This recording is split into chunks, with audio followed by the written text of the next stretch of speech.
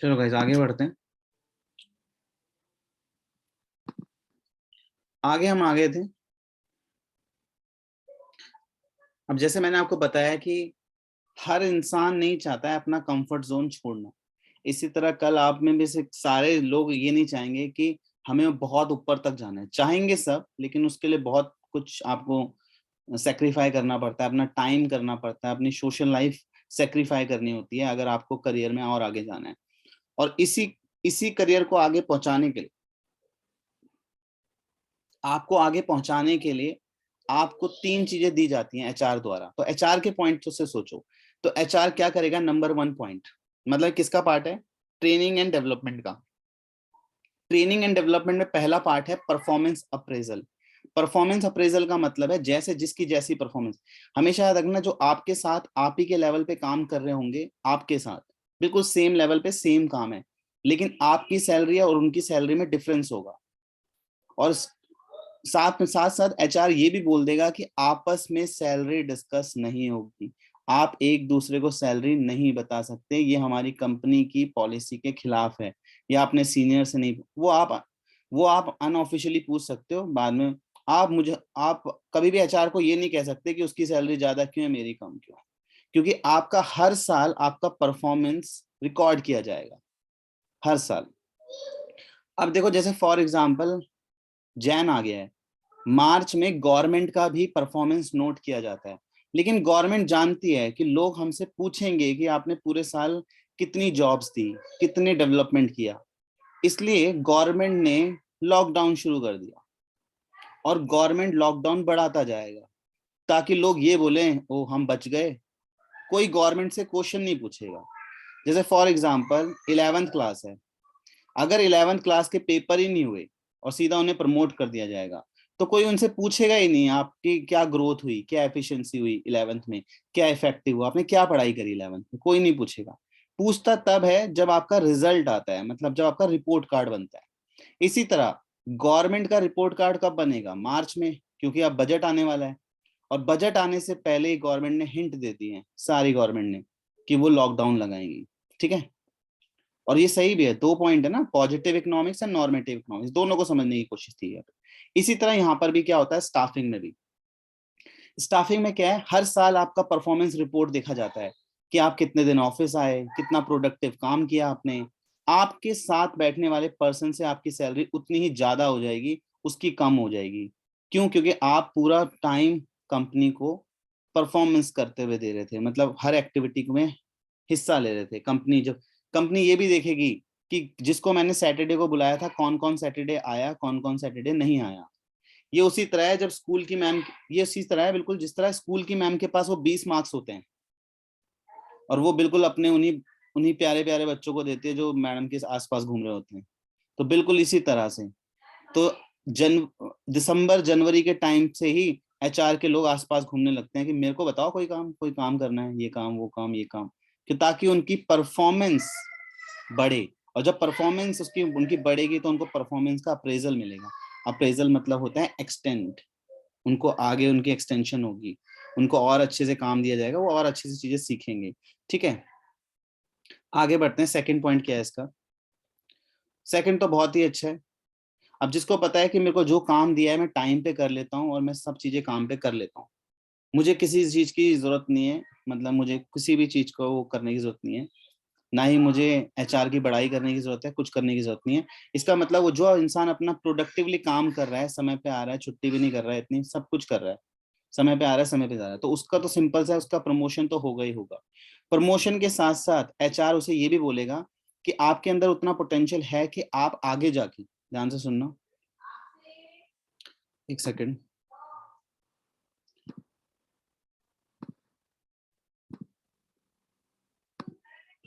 हाँ जी।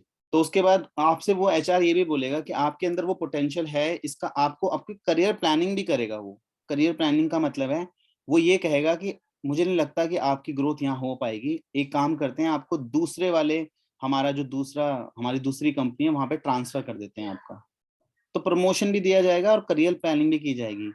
तो मान लो आप जिस पोस्ट पर हो और आपको इससे ज्यादा अच्छी पोस्ट यहाँ नहीं मिल पा रही, क्योंकि सीनियर वहां ऑलरेडी बैठा हुआ है, वो जाएगा तभी तो आपको मिलेगी वो पोस्ट। तो एचआर क्या करता है, किसी और जो उनकी ब्रांच होती है वहां पे एक बहुत अच्छी पोस्ट जरूर होगी तो वहां पे आपको ट्रांसफर कर देगा, ठीक है। इसे बोलते हैं प्रमोशन एंड करियर प्लानिंग। और तीसरा है कंपनसेटिंग।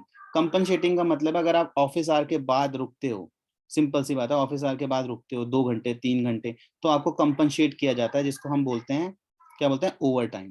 देखो क्या लिखा हुआ है, it refers to the price of the job, it includes pays reward, वो रिवॉर्ड होता है गाइस जो आपको मिलता है, एंड अदर इंसेंटिव्स। याद होगा आपको, मैंने कहा था अगर आप 9 बजे या 8 बजे तक बैठते हैं तो आपका डिनर भी वहीं हो जाता है। तो कुछ लोग तो डिनर खाने के लिए बैठे रहते हैं ऑफिस में, ठीक है। Pays reward and other incentives to given the employees, it include direct as well as indirect payment, direct as well as indirect payment. Indirect payment क्या हो सकती है, इनडायरेक्ट पेमेंट का मतलब है आपको रिवॉर्ड्स दे दिए जाएंगे, आपको कूपन दे दिए जाएंगे, आपको कहा जाएगा जो अभी क्रिसमस की छुट्टियां आ रही हैं वहां पे आप यहाँ घूमने जा सकते हो अपनी फैमिली को लेके, वो इनडायरेक्ट होती है, कैश नहीं दिया जाएगा, उसके बदले में आपको कुछ और दे दिया जाएगा, ठीक है। डायरेक्ट पेमेंट क्या हो सकता है गाइस, डायरेक्ट पेमेंट देखो यहाँ पे लिखा है वेजेस सैलरी, और इन्होंने देखो इनडायरेक्ट क्या दिया है, जैसे मेडिकल फैसिलिटी, इंश्योरेंस, ये सब दिया जाएगा। हालांकि ये तुम्हारे लिए भी इतना इंपॉर्टेंट होगा नहीं, मेडिकल फैसिलिटी एंड इंश्योरेंस तुम्हारे लिए घूमना ज्यादा इंपॉर्टेंट होगा, तो इसलिए बता रहा हूँ, आपको वाउचर कूपन दिए जाएंगे अदर स्टेट्स के। The manager must fix the right compensation on the basis of qualification type of job. बिल्कुल, आप किस पोजीशन में हो उस हिसाब से आपको कंपनसेशन दिया जाता है। सोचो जिसकी सैलरी 1 लाख रुपए होगी और उनको कहा जा रहा है कि आपको कंपनसेशन 25% मिलेगा, तो उसको 25,000 का कंपनसेशन मिलेगा ना, और जिसकी सैलरी 10,000 होगी उसको 2,500 का कंपनसेशन मिलेगा। तो जिस तरह की आपकी क्वालिफिकेशन और जॉब होगा, जो जितना आपका वहां पे पोजीशन होगी उस पोजीशन के हिसाब से आपको वो सारी चीजें प्रोवाइड की जाएंगी। डायरेक्ट फाइनेंशियल पेमेंट 2 तरह की होती हैं, देख लो ध्यान से। कह रहे डायरेक्ट फाइनेंशियल पेमेंट 2 तरह की होती है, एक होती है टाइम बेस्ड पेमेंट, जो मैं आपको बता चुका हूँ। टाइम बेस्ड पेमेंट मतलब जितने घंटे आप एक्स्ट्रा काम करोगे उसके लिए आपको सैलरी मिलती है, उसे बोलते हैं टाइम बेस्ड। दूसरा होता है परफॉर्मेंस बेस्ड। परफॉर्मेंस बेस्ड होता है कि आपने कितनी सेल करी, है ना, टारगेट सेट करते हैं, फिर आपको इंसेंटिव दिए जाते हैं।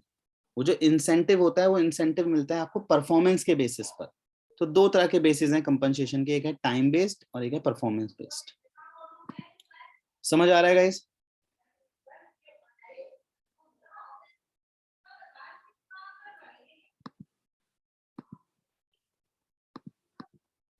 ओके, आगे बढ़ते हैं। ये बहुत इंपॉर्टेंट है, इन्हें पढ़ना है, ये बहुत आसान भी है, दोबारा से एक बार फिर से नोट कर लेते हैं इनको अगर हमें समझने की जरूरत है तो। कुछ भी नहीं है इनमें, पहला पॉइंट था क्या था, एस्टिमेट करेंगे मैन पावर रिक्वायरमेंट, कहाँ पे किस चीज की जरूरत है, किस मैन पावर की, पैसों की नहीं, कैपिटल की नहीं, मैन पावर की, लोगों की कहाँ जरूरत है ना। कंपनी बनी है तो वहां पे वॉचमैन से लेकर सीईओ तक, मैं कहूंगा मैनेजर तक की जरूरत पड़ेगी। सीईओ तो एक ही होगा कंपनी का, लेकिन अगर उस ब्रांच में सबसे बड़े हेड की, बिजनेस हेड जिसे बोलते हैं, उसकी भी जरूरत पड़ेगी, तो कौन करेगा, एचआर। वॉचमैन से लेकर एचआर तक, प्यून से लेकर सबके रिक्रूटमेंट यही करते हैं। तो एस्टिमेट करेंगे पहले कितनी मैन पावर चाहिए, और वो एस्टिमेट कैसे करते हैं गाइस, वर्कलोड से और वर्कफोर्स से।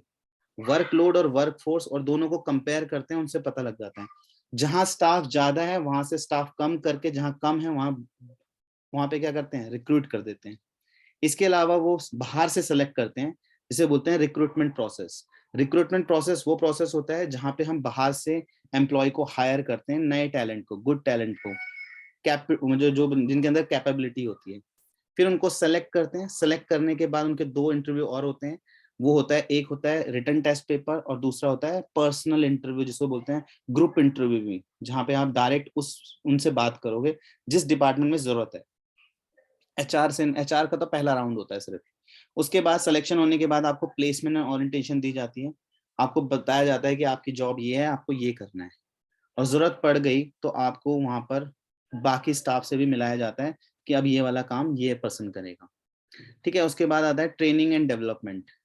ट्रेनिंग एंड डेवलपमेंट आपकी कैपेसिटी के हिसाब से कंपनी में एम्प्लॉय चुने जाते हैं कि आने वाले नए प्रोजेक्ट में ये लोगों की जरूरत है, तो उनकी ट्रेनिंग की जा रही है, वो ट्रेनिंग का पैसा भी मिलता है। और डेवलपमेंट कैसे, क्योंकि पैसा ही आपके लिए डेवलपमेंट है, ठीक है ना, तो उसको पैसा भी मिलता है, और पैसे को 3 भागों में बांट दिया है। परफॉर्मेंस अप्रेजल, प्रमोशन और तीसरा कंपनसेशन। तो कंपनसेशन, परफॉर्मेंस अप्रेजल क्या है, जैसे जैसे आपका जितना अच्छा परफॉर्मेंस कंपनी के अंदर होगा, एचआर उसको नोट करके आपको उसका फीडबैक देगा। प्रमोशन, प्रमोशन तो आपको पता है, प्रमोशन में दो चीजें मिलती हैं। प्रमोशन में आपकी सैलरी भी बढ़ती है और साथ साथ आपकी पोस्ट भी बढ़ती है, डेजिग्नेशन। ठीक है, डेजिग्नेशन मतलब जिस ओहदे पर आप हैं, जिस पद पर आप हैं, डेजिग्नेशन का मतलब होता है पद। ठीक है, तो प्रमोशन में क्या होता है कि प्रमोशन में आपकी सैलरी भी बढ़ती है और पद भी बढ़ता है। लेकिन ट्रांसफर में क्या होता है, ट्रांसफर में आपकी सैलरी नहीं बढ़ती गाइस, ट्रांसफर में आपका पद बढ़ सकता है, आपको बढ़ाया बनाया जा सकता है, लेकिन सैलरी नहीं बढ़ती, क्योंकि आप एक जगह से दूसरी जगह बस मूव हो रहे हो, मूवमेंट आएगा, ये भी आएगा अभी। कंपनसेशन मैंने आपको बता दिया, कंपनसेशन दो तरह के होते हैं, टाइम बेस्ड और परफॉर्मेंस बेस्ड। टाइम बेस्ड जैसे जैसे आप जितना घंटे आप काम करोगे उस बेस पे आपको ओवर टाइम मिल जाएगा पर घंटे के हिसाब से। और परफॉर्मेंस बेस्ड परफॉर्मेंस के हिसाब से, जैसे आपको टारगेट्स दिए थे आपने वो अचीव कर लिए। जब मैंने लास्ट क्लास कराई थी कंट्रोलिंग, तो मैंने आपको कंट्रोलिंग में बताया था कि अगर आप कोई फेस्टिवल के टाइम पर 10 लाख की सेल कर देते हो उस दिन पे, तो आपको इंसेंटिव मिलता है, दैट इज कंपनसेशन। क्लियर, आगे बढ़ेंगे, ये कुछ क्वेश्चंस हैं।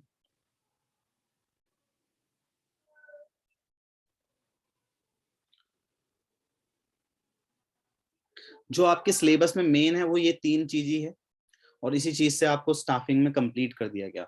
उन्होंने कहा स्टाफिंग करने का बड़ा सिंपल सा तरीका है, पहले लोगों को भर्ती करो, सेलेक्ट मतलब भर्ती मतलब लोगों को अप्लाई करने के लिए बुलाओ। जब एक अकाउंटेंट की जॉब आती है तो 100 लोग आते हैं, उस 100 में से एचआर 50 को चुनता है, उस 50 में से जो चुने गए हैं वो सेलेक्ट हुए हैं, उन सेलेक्ट होने के बाद फिर सेकंड थर्ड राउंड में और कम हो जाते हैं, और जितनी पोजीशन होती है उतनी को हायर कर लेते हैं। फिर उनकी ट्रेनिंग करवाई जाती है कि आपको ऑफिस के अंदर काम कैसे करना है, किस तरह से काम किया जाएगा। तो यहाँ पे लिखा है recruitment plus selection plus training equals to staffing. ठीक है, रिक्रूट करना, फिर उन्हें सेलेक्ट करना, फिर उनको ट्रेनिंग देना, इन सबको मिलाकर क्या बनता है, स्टाफिंग बनता है। चलो आगे बढ़ते हैं। अब ये कह रहा है रिक्रूटमेंट दो तरह के होते हैं गाइस, ध्यान से सुनना, रिक्रूटमेंट कह रहा है दो तरह के होते हैं। कौन कौन से रिक्रूटमेंट, अब देखो दो ही तरीके से मैं रिक्रूट करता हूँ। मान लो मेरा ऑफिस पहले से चल रहा है और मुझे अपनी कंपनी में मैनेजर की जरूरत है। अब मैं दो तरह से अपने रिक्रूटमेंट कर सकता हूँ। पहला, कि जो मेरे ऑफिस में ऑलरेडी पर्सन है उनमें से किसी एक को मैनेजर चुन लूं, या फिर मैं बाहर से कंपटीशन लाऊं, बाहर से एक नया पर्सन लाऊं। क्योंकि क्या होता है, जनरली जो ऑफिस के अंदर लोग होते हैं ना, वो आपस में क्या कर लेते हैं, ग्रुप बना लेते हैं, जिससे काम नहीं हो पाता टाइम पे, और जब काम नहीं हो पाता तो काफी दिक्कतें आती हैं। तो दो तरह के हम रिक्रूटमेंट कर सकते हैं, एक इंटरनल सोर्स और एक होता है एक्सटर्नल सोर्स। इंटरनल सोर्स वो होता है कि मैं अपने ही सबॉर्डिनेट में से किसी को मैनेजर की पोस्ट में बना दूं, मतलब उसका प्रमोशन कर दूं, उसे आगे बढ़ा दूं। ठीक है, या फिर मैं उसको क्या कर दूं, उसका ट्रांसफर कर दूं। मान लो मेरे ऑफिस में कोई काम कर रहा है और वो अच्छा काम करता है, लेकिन वो आगे नहीं बढ़ पा रहा क्योंकि आगे की जॉब खाली ही नहीं है, कोई वैकेंसी नहीं है। पर मेरे अदर ब्रांच में एक वैकेंसी है, वो भी ऊपर वाली पोस्ट पे, तो मैं उस पर्सन का, उस सबॉर्डिनेट का ट्रांसफर कर दूंगा उस जगह पे। इसे बोलते हैं इंटरनल सोर्स, अपने आपस में। यही गवर्नमेंट में भी होता है। गवर्नमेंट में जब गवर्नमेंट के एग्जाम दोगे आप, तो एसएससी का एग्जाम दोगे, एसएससी एमटीएस, एसएससी सीजीएल, ठीक है ना, ये सारे एग्जाम होते हैं। अगर एग्जाम को दोगे तो आप शुरुआत में छोटे पोस्ट पे होगे, आप डी क्लर्क होंगे, डी ग्रुप के, फिर डी से सी, सी से बी, बी ए नहीं पहुंच पाओगे, ए तक तो आप रिटायर ही हो जाओगे। ठीक है, ए तक सिर्फ जाते हैं आईएएस आईपीएस ये वाले, सब ए कैटेगरी के लोग जो होते हैं तो बी कैटेगरी तक आप जा सकते हो। तो ये जो है, ये सब क्या हो रहा है, इंटरनल सोर्स है, कि गवर्नमेंट कंपनी, जो गवर्नमेंट जॉब होती है, वो धीरे धीरे उनको पोस्ट बढ़ाती रहती है। जैसे एक फौज में जब कोई पर्सन भर्ती होता है, फौजी बिल्कुल नॉर्मली 18-19 साल में होता है, फिर उसको आगे जाके क्या दिया जाता है, प्रमोशन। वो प्रमोशन किसका पार्ट है गाइस, इंटरनल सोर्स। तो एक फौज का पर्सन धीरे धीरे धीरे धीरे जाके ऑफिसर बनता है, लेकिन एक पर्सन आता है एनडीए करता है, एनडीए करके डायरेक्ट वो सीधा ऑफिसर पोस्ट पे लग जाता है। तो जब डायरेक्ट ऑफिसर पोस्ट पे लग जाते हैं उसको बोलते हैं एक्सटर्नल सोर्स, और जो नीचे से ऊपर आता है उसको बोलते हैं इंटरनल सोर्स। अब देखते हैं बुक क्या कह रही है आपकी। ठीक है, अब ये कह रहा है रिक्रूटमेंट करने के दो सोर्स होते हैं, एक होता है इंटरनल सोर्स और दूसरा होता है एक्सटर्नल सोर्स। इंटरनल सोर्स क्या होता है, कह रहे इंटरनल सोर्स क्या होता है कि अगर जो पोजीशन खाली है उस पोजीशन में जो हमारे एग्जिस्टिंग एम्प्लॉई है उन्हीं से किसी को फुलफिल कर दो। मतलब डी ग्रुप का जो बंदा था उसको सी ग्रुप में ले आओ, सी ग्रुप वाले को बी ग्रुप में ले आओ, मतलब अपने एग्जिस्टिंग एम्प्लॉय को ही वहां पे फुलफिल कर दो। ये होता है इसमें। इसका फायदा क्या होता है और ये क्यों इतना अच्छा है? सबसे पहला, it is economical. It is economical. Sir ये इकोनॉमिकल कैसे है? ये इकोनॉमिकल इस तरह से है क्योंकि जिस पर्सन को, मान लेते हैं जिस पोस्ट पे वो था उसको 40,000 सैलरी मिल रही थी, अब तुम उसको 5-10 हजार रुपये एक्स्ट्रा दे दोगे ना, वो खुश हो जाएगा। उसको एक तो पोस्ट बढ़ गई, ऊपर से थोड़ी सैलरी बढ़ गई। लेकिन जब हम बाहर से किसी को हायर करेंगे तो वो हमारे साथ नेगोशिएशन करेगा, नेगोशिएट करेगा सैलरी को कि सर मैं तो पहले इतनी लेता था सैलरी, अब मैं इतनी लूंगा। तो इकोनॉमिकल पड़ता है। क्योंकि और दूसरा, इकोनॉमिकल समझ रहे हो ना, आपको पैसे वाइज बहुत इकोनॉमिकल पड़ता है क्योंकि आपने उसका पोस्ट बढ़ा दी तो उसको अच्छा भी लगेगा, इनडायरेक्ट वो खुश भी होगा वो काफी। और दूसरा, उसको इतनी सैलरी भी नहीं देनी पड़ रही, ज्यादा से ज्यादा उसकी सैलरी का 25% बढ़ा दिया। 40,000 का 25% होता है 10,000 रुपये, तो 50,000 हो जाएगी उसकी सैलरी, वो खुश हो जाएगा उसमें। तो वो इकोनॉमिकल पड़ता है। एचआर के पॉइंट ऑफ व्यू से सोचना है आपको, कंपनी में एचआर क्या करता है। दूसरा, it motivates the existing employee. बिल्कुल, ये मोटिवेट करता है। एचआर बोलेगा देखो कल वो बन सकता है तो तुम भी बन सकते हो। हमेशा एक ऑफिस में ना, एक ऑफिस के अंदर एक माहौल बनाया जाता है, एक स्टोरी बताई जाती है कि देखो वो यहाँ से यहाँ पहुंच गया, कल तुम भी बन सकते हो। तो ये अगर ऐसा होता है कि अगर किसी छोटे पर्सन को ऊपर पोस्ट किया जाता है तो इससे क्या होता है, जो बाकी एम्प्लॉयज होते हैं उनको मोटिवेट मिलता है कि कल हम भी बन सकते हैं अगर हम अच्छे से काम करेंगे। तीसरा, less amount is spend on training. बिल्कुल सही बात है। ट्रेनिंग में बहुत कम टाइम वेस्ट होगा, पैसा खर्च होगा। क्यों? क्योंकि वो ऑलरेडी उसी कंपनी का पर्सन है, उस कंपनी के बारे में जानता है, उस कंपनी के कल्चर के बारे में जानता है, उस कंपनी में उसने देखा है कि यहाँ कैसे काम होता है। तो उसको ट्रेनिंग की जरूरत भी ना पड़े, क्या पता जो बाहर से बुलाएंगे उसको सारे तरीके सिखाने पड़ेंगे पहले।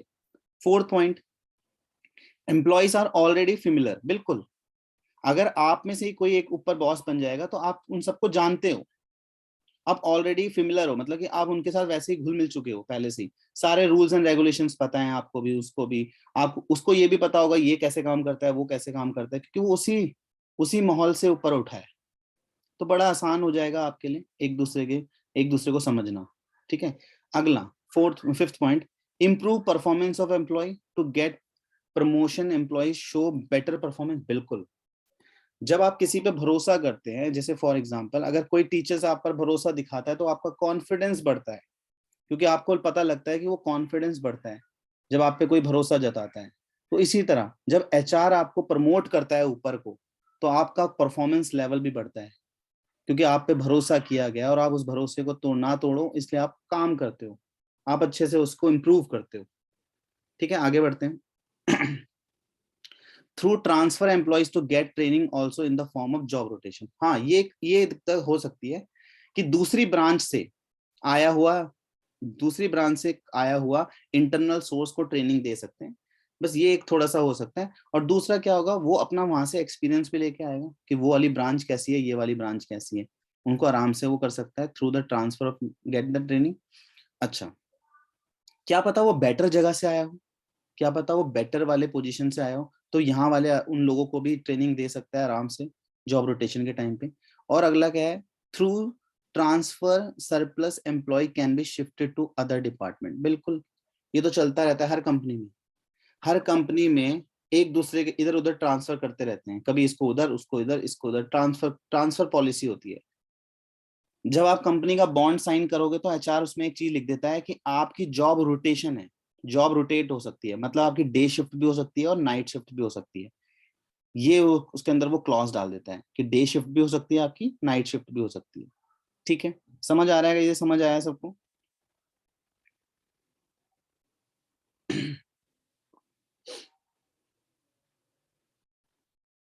जल्दी से अपने हैंड्स आप कर दो जिनको समझ आ रहा है, क्वेश्चन रेज कर सकते हैं। अब इसके ड्रॉबैक भी हैं गाइस। अब ड्रॉबैक क्या है? अब ड्रॉबैक क्या है कि जब आप, ड्रॉबैक क्या कहूँ, कुछ ना कुछ तो कमियां निकालनी है। तो कमियां निकालनी होती है तो आप कैसे निकालोगे?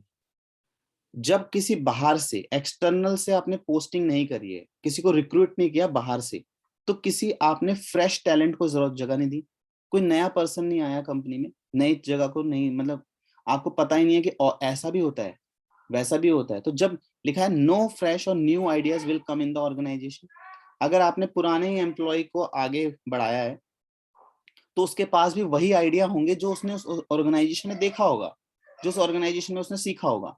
लेकिन जो बाहर से पर्सन आएगा वो नए आइडिया के साथ लेके आएगा, नई आइडियाज लाएगा कि क्या क्या और कर सकते हैं, हमने ये करा है वो करा है, ये सारी चीजें देख सकते हैं।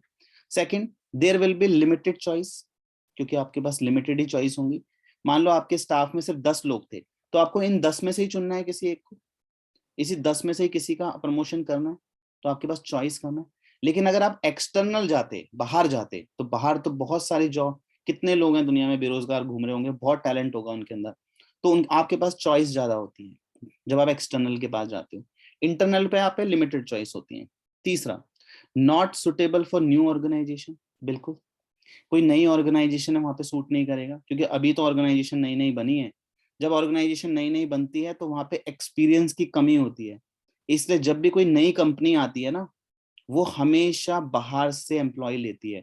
जैसे मैंने आपको कहा था, जब इंडिया में बर्गर किंग आई थी ना, तो उन्होंने, बर्गर किंग वालों ने ट्रेनिंग करवाई नहीं किसी से, उन्होंने क्या करा, मैकडी वाले, डोमिनोज वालों को ही ज्यादा पैसे देकर हायर कर लिया, और पैसे देख के तो सब आ ही जाएंगे, और उनको काम पहले से आता भी है। तो जब नई ऑर्गेनाइजेशन होती है वो कभी भी इंटरनल सोर्स नहीं करती रिक्रूटमेंट का, हमेशा क्या करती है, एक्सटर्नल, क्योंकि उनको पता है कि नई ऑर्गेनाइजेशन में ये सूट नहीं करेगा, बहुत काम करना पड़ेगा। तो ऐसे एम्प्लॉय चाहिए जो, जिनको एक्सपीरियंस हो। आगे बढ़ते हैं। फोर्थ, फ्रिक्वेंट फ्रिक्वेंट ट्रांसफर में reduce the productivity of the employee, बिल्कुल। फ्रिक्वेंट ट्रांसफर का मतलब है, अगर हम किसी एम्प्लॉय का बार बार ट्रांसफर कर रहे हैं, बार बार फ्रिक्वेंटली करे जा रहे हैं उसका ट्रांसफर, तो वो तो कुछ सीख ही नहीं पा रहा ना, जब तक उसे टिकना होता है। वो सोच, अब वो भी आदत हो जाती है उसको कि यार छोड़ो, क्या ही काम करना, कल तो मेरा ट्रांसफर हो जाएगा, अगली बार मेरा दोबारा ट्रांसफर हो जाएगा। तो अगर उसका माइंड सेट बन जाएगा कि मेरा तो ट्रांसफर ही हो रहा है, तो फिर वो, उसकी प्रोडक्टिविटी खराब हो जाएगी, उसका काम करने का मन करेगा ही नहीं। जैसे अभी कुछ पता ही नहीं है पेपर होंगे कि नहीं होंगे, आधे बच्चे पढ़ रहे होंगे, नहीं भी पढ़ रहे होंगे, तो आपकी प्रोडक्टिविटी खराब हो जाती है। प्रोडक्टिविटी खराब होने का एक और तरीका है कि जब टाइम पे क्लासेस नहीं होती, टाइम की क्लासेस चेंज हो रही हैं बार बार, कभी क्लासेस सुबह हो रही है, कभी दिन में हो रही है, कभी रात में हो रही है, तो प्रोडक्टिविटी खराब हो जाती है, क्योंकि आप एक टाइम टेबल, एक पैटर्न नहीं बना पाते। तो पैटर्न जब खराब हो जाता है तो सिंपल सी बात है, तो बार बार ट्रांसफर हो रही है। इसी तरह एम्प्लॉय भी अगर बार बार ट्रांसफर हो रहा है तो वो भी सोचता है मैं नहीं कर रहा काम, कल तो मेरा ट्रांसफर ही हो जाएगा। तो इंसान का टिकना भी बहुत जरूरी है वहां पे। चलो जी, अगला, मैंने आपको इंटरनल में बता ही दिया था। इंटरनल दो ही तरीके से होता है, एक तो एम्प्लॉय आपके दूसरी ब्रांच से आएगा, ट्रांसफर, ट्रांसफर होके आ रहा है किसी और ब्रांच से, और दूसरा प्रमोशन, ये ऑलरेडी मैं बता चुका हूँ। जो इंटरनल के अंदर दो पॉइंट है, ट्रांसफर या फिर प्रमोशन। या तो मैं उसको ग्रुप डी से ग्रुप सी में ले आऊंगा, सी से बी में ले आऊंगा, ये होता है प्रमोशन। या फिर मैं किसी और ऑर्गेनाइजेशन, जो हमारी और कोई ब्रांच होगी, वहां से इसको यहाँ ट्रांसफर कर दूंगा। अब आते हैं एक्सटर्नल। एक्सटर्नल सोर्स मतलब बाहर से, मतलब कि प्रॉपर इंटरव्यू लेकर आपको, आप चुनते हो, आपको चॉइस ज्यादा मिलती है, बहुत सारी। सिंपल सी बात है, आप आउटसाइड द ऑर्गेनाइजेशन से कैंडिडेट को चुनते हो, क्या एडवांटेज है, बहुत अच्छा एडवांटेज है। पहली बात तो फ्रेश टैलेंट आता है, ऐसा पर्सन आता है ऑर्गेनाइजेशन में जो आपको या तो सिखाता है, या तो अच्छा, आपको सिखाएगा ही ना, क्योंकि एचआर ने इसे किसी, अगर एचआर ने किसी को अपॉइंट किया है तो ये सोच के ही किया होगा ना कि ये right person for the right place, इस जॉब के लिए बिल्कुल राइट है ये पर्सन, है ना, इसीलिए किया होगा, सिंपल। तो पहले तो फ्रेश टैलेंट आएगा, दूसरा वाइडर चॉइस है आपके पास, जितने ज्यादा दिन होंगे उतने ज्यादा आपके पास इंटरव्यू लेने का टाइम होगा, ज्यादा चॉइस होंगी, ज्यादा कैंडिडेट आएंगे आपके पास, उनसे आप चुनोगे किसी ना किसी एक को, तो वाइडर चॉइस है। तीसरा, क्वालिफाइड पर्सनल होगा, बिल्कुल। आप चाहोगे कि हम उसकी एक क्राइटेरिया रखा दें कि अब हमें सीनियर अकाउंटेंट वो चाहिए जिसका 10 साल का एक्सपीरियंस हो, सीनियर अकाउंटेंट वो चाहिए जिसने मास्टर्स इन कॉमर्स किया हो, है ना। आप क्वालिफिकेशन के हिसाब से करोगे, क्योंकि आप बाहर से मंगा रहे हो तो बेस्ट ही मांगोगे। अगला आते हैं, लेटेस्ट टेक्नोलॉजी नॉलेज, बिल्कुल। जब कोई बाहर से पर्सन आता है तो हम उससे पूछते हैं क्या आपको MS एक्सेल आता है, क्या आपको विंडोज पे काम करना आता है, क्या आप सैप कर लोगे, क्योंकि इंटरनल से नहीं पूछ सकते, क्योंकि इंटरनल वाले तो वही कर रहे हैं जो आपको पता है, जो आपने आपने उनको दिया है। तो एक्सटर्नल वालों से आप क्या कर सकते हो, एक्सपेक्टेशन कर सकते हो कि हम तो नहीं, हम तो उन्हीं को लेंगे जिन्होंने ये वाला कोर्स भी किया होगा, हम तो उनको ही लेंगे जिन्होंने ये भी किया होगा। ठीक है, ये वाली क्राइटेरिया के साथ आ जाता है। फिफ्थ फिफ्थ सबसे इंपॉर्टेंट है कॉम्पिटिटिव स्पिरिट। जब बाहर से कोई पर्सन आपकी ऑर्गेनाइजेशन में आता है तो बाकी एम्प्लॉय भी कॉम्पिटिटिव फील करते हैं, कि ऐसे बोलते नहीं है, जैसे फॉर एग्जांपल मैं कह रहा हूँ कोई नया पर्सन आके कंपनी में अच्छा काम कर रहा है तो आप देख सकते हो उसमें, तो वो क्या फील कर, जब वो फील करता है तो बड़ा कॉम्पिटिटिव फील होता है कि यार इसको कैसे आ रहा है, मुझे क्यों नहीं आ रहा। तो इस तरह से कॉम्पिटिशन सा फील होता है। अब डीमेरिट्स भी निकालने हैं आप, 2 सेकंड गाइस।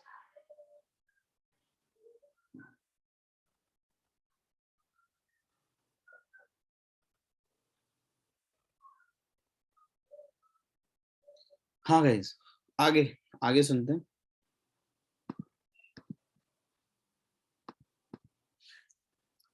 अब इसका डीमेरिट्स क्या है, अब डीमेरिट्स क्या है, पहला the moral of existing employees goes down and falls, बिल्कुल।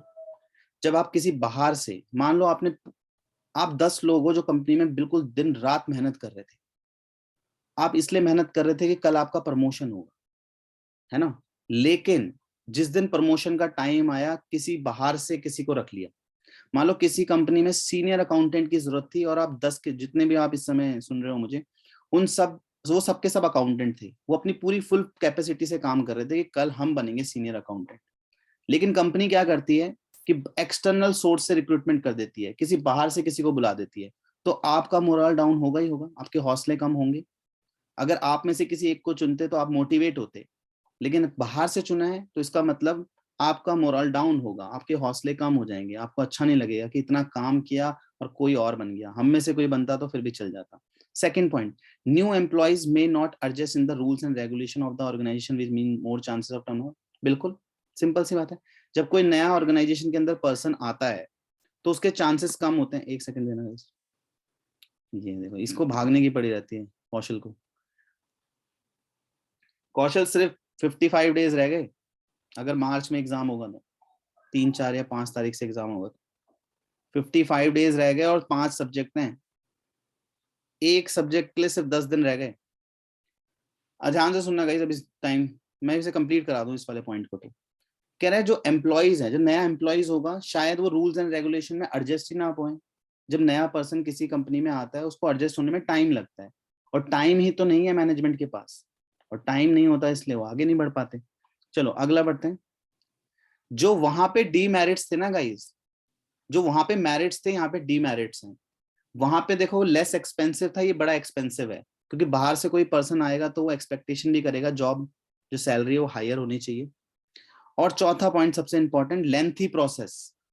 जब हम अपने में से किसी एक को चुन लेंगे तो हमें उसके बारे में सब कुछ पता है, लेकिन जब हम बाहर से चुनेंगे तो पहले HR राउंड होगा, फिर रिटर्न टेस्ट होगा, फिर ग्रुप डिस्कशन होगा, ये सारी चीजें होंगी, तो लेंथी प्रोसेस है, टाइम लगता है। तो ये इसके डीमेरिट्स दिए हुए हैं। ठीक है गाइस, आगे बढ़ते हैं। एक्सटर्नल सोर्स के अंदर कॉमन मेथड क्या क्या हो सकते हैं। सबसे पहला डायरेक्ट रिक्रूटमेंट। डायरेक्ट रिक्रूटमेंट का मतलब होता है डायरेक्ट, सीधा, मतलब डायरेक्ट जॉब आएगी आपको, कोई अप्लाई अप्लाई करने की जरूरत नहीं है, सीधा डायरेक्टली आपको जॉब मिल जाएगी, मतलब इंटरव्यू दो और सीधा आपकी जॉब पोजीशन में आपको मिल जाएगी। जैसे फॉर एग्जांपल ऐसे पर्सन की जरूरत है जो जहां पे स्किल की जरूरत ही नहीं है, जैसे प्यून की जरूरत है, मान लो प्यून की जरूरत है, तो उसका क्या, उसको फिर HR राउंड करवाएं और उसके बाद फिर क्या कहते हैं उसका रिटर्न टेस्ट भी लें, है ना, प्यून का, और या फिर वॉचमैन का, नहीं ना, उनको तो सीधा डायरेक्ट भर्ती कर लेते हैं, डायरेक्ट रिक्रूट कर लेते हैं कि आओ भाई कल से आ जाओ काम पे, सीख लेना ट्रेनिंग के अंदर। इसे बोलते हैं डायरेक्ट रिक्रूटमेंट, सीधा डायरेक्ट। देखा होगा आपने गली में या फिर जब आप कभी बस स्टैंड पे जाते हो वहां लिखा होता है डायरेक्ट भर्ती, लिखा होता है ना, डायरेक्ट आए भर्ती। अभी कौन फिर मैसेज कर रहा है,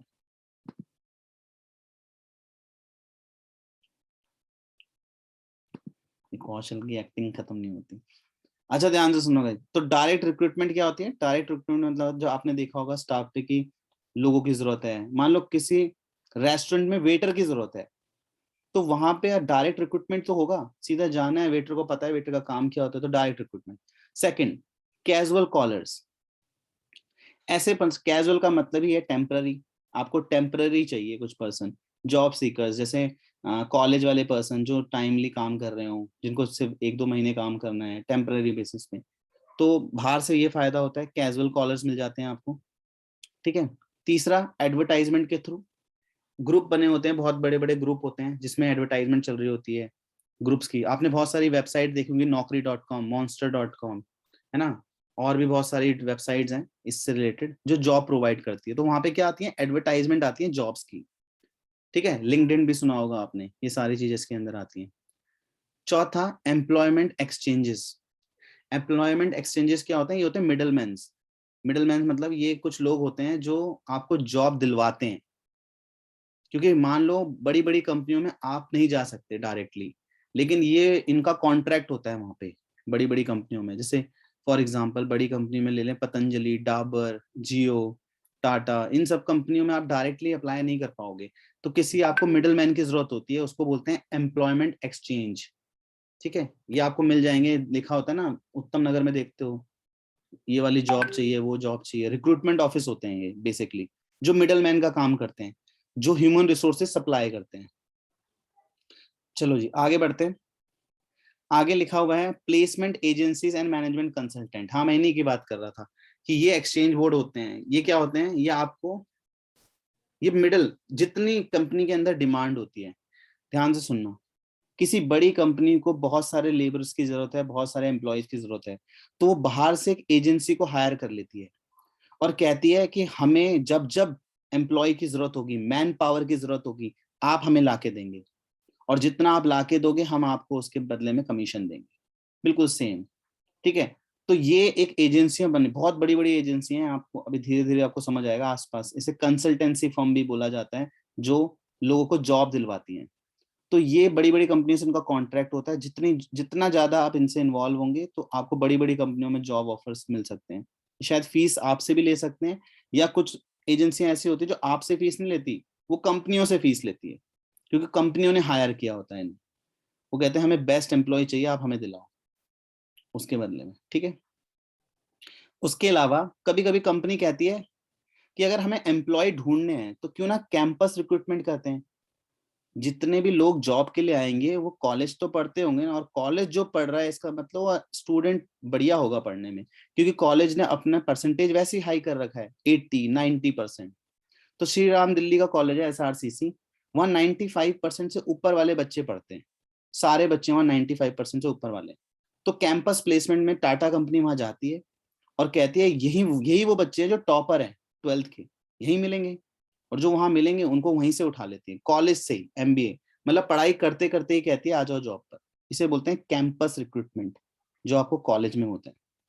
अगला आता है रेकमेंडेशन फ्रॉम प्रेजेंट एम्प्लॉय, है ना, ये तो बहुत चलता है आजकल वैसे भी, कि कोई आपकी जॉब ऐसा कोई पर्सन लगा दे, जैसे फॉर एग्जांपल आपके फादर हैं, वो फादर किसी कंपनी में काम कर रहे हैं, एक रेपुटेटेड कंपनी में, वो चाहेंगे कि आप भी वही कोर्स करके, उनसे अच्छा कोर्स करके इसी कंपनी में लग जाएं, और रेफरेंस किसका होगा, आपके फादर का, चाचा का, रिलेटिव का।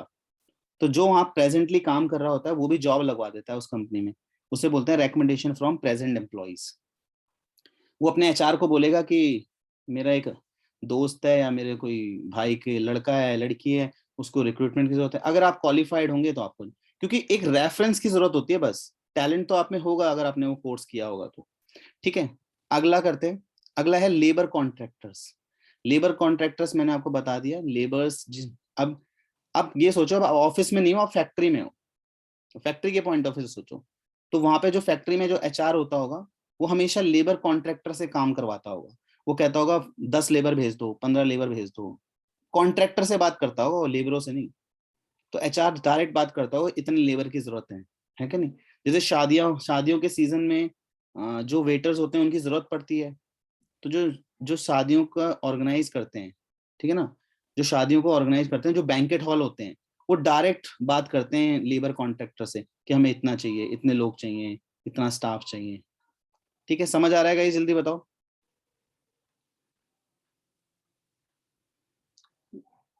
आ रहा है, ठीक है। अगला आते हैं एडवर्टाइजिंग ऑन टीवी।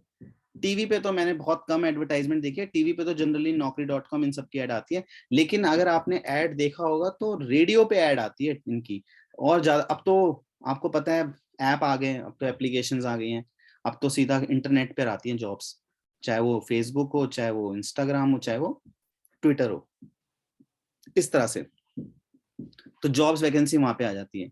तो एडवर्टाइजमेंट में, उसके बाद देखो वेब पब्लिशिंग। वेब पब्लिशिंग मैंने आपको बताया, वेब मतलब वेबसाइट्स, तो कुछ वेबसाइट्स भी हैं, जैसे इसमें देखो लिखा भी हुआ है naukri.com, monster.com, वेब पब्लिशिंग के अंदर यहाँ पे लिखा हुआ है, ठीक है। 10th पॉइंट, वेब पब्लिशिंग मतलब वेबसाइट, वेबसाइट बनी हुई है, naukri.com, monster.com, लिंक्डइन, ये सब जॉब के हैं। तो ये 10 मेथड हैं इसके एक्सटर्नल के, और ये इंपॉर्टेंट है, ये पॉइंट भी इंपॉर्टेंट है। दो तरह के, ये इसकी डिफरेंस है, ये है difference between external and internal recruitment का, उसको इस तरह से समझना। और इसका ये मैप चार्ट बनाया हुआ है नीचे, ठीक है। इंटरनल में सिर्फ दो ही होते हैं गाइस, एक होता है ट्रांसफर और दूसरा होता है प्रमोशन। और एक्सटर्नल में कितने पढ़े हमने? 10 पढ़े। कौन कौन से पढ़े?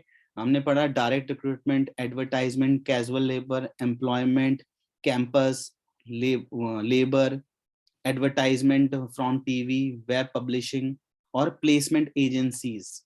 ये 10 चीजें हमने इसके अंदर पढ़ी, ठीक है। यहां तक पढ़ के लाना। फिर कल भी क्लास होगी शायद, संडे को भी शायद, हाँ, क्योंकि मंडे को क्लास शायद ना लूं, तो शायद संडे कल क्लास लूं, और लूंगा इसी की, बिजनेस की आगे बढ़ाएंगे इसे। Okay sir. ठीक है गाइस, इसके बाद आगे स्टार्ट करेंगे हम अगली क्लास में, उसका नाम है सिलेक्शन। क्योंकि आपने पता है तीन तीन चीजें पढ़नी है स्टाफिंग में आपको। पहला पढ़ना है आपको रिक्रूटमेंट, जो आपने अभी पढ़ लिया, फिर सिलेक्शन, और फिर उसके बाद अगला क्या है? ट्रेनिंग, और फिर क्या बन जाएगा? स्टाफिंग। ठीक है गाइस, जॉब ऐश करो, मौज करो अपनी जिंदगी। मिलते हैं गाइस, बाय बाय गाइस।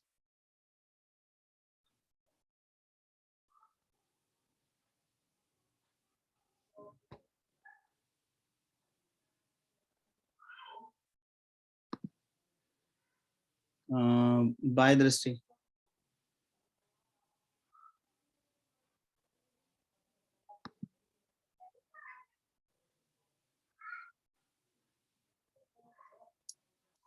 अरे तुम्हें इनविटेशन दो क्या? तुम क्यों नहीं जा रहे हो सबके साथ? नहीं सर, हम नहीं जाएंगे,